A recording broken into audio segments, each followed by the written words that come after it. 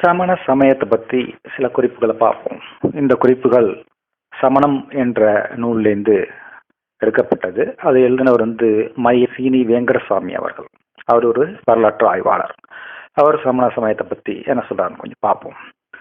சமண சமயத்துக்கு வெவ்வேறு பேர் நிறைய இருக்கு. ஜைனமதம், ஆர்கத மதம், நிகண்ட மதம், மனேகாந்தவாத மதம், சியாத்வாத மதம் அப்படின்ட்டு எல்லாம் வேற பேர் இருக்கு. சமணர் சிரமணர் அப்படிம்பாங்க. அப்படின்னா என்ன அர்த்தம்னா திரவிகள் அப்படின்னு அர்த்தம். சமண சமயம் திரவரத்தை தான் ரொம்ப வற்புறுத்தி கூறுது. துறவு பூண்டால் தான் வீடு பெற முடியும் அப்படிங்கிறது சமண சமய அடிப்படை.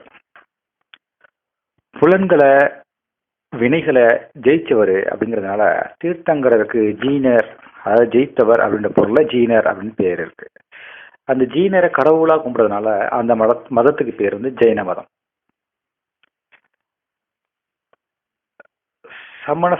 சமண சமயத்தோட கடவுளுக்கு அருகன் அப்படின்னு ஒரு பேர் உண்டு.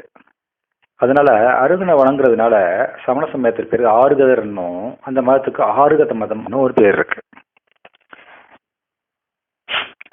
சமண சமயத்தோட கடவுள் பற்றற்றவர்.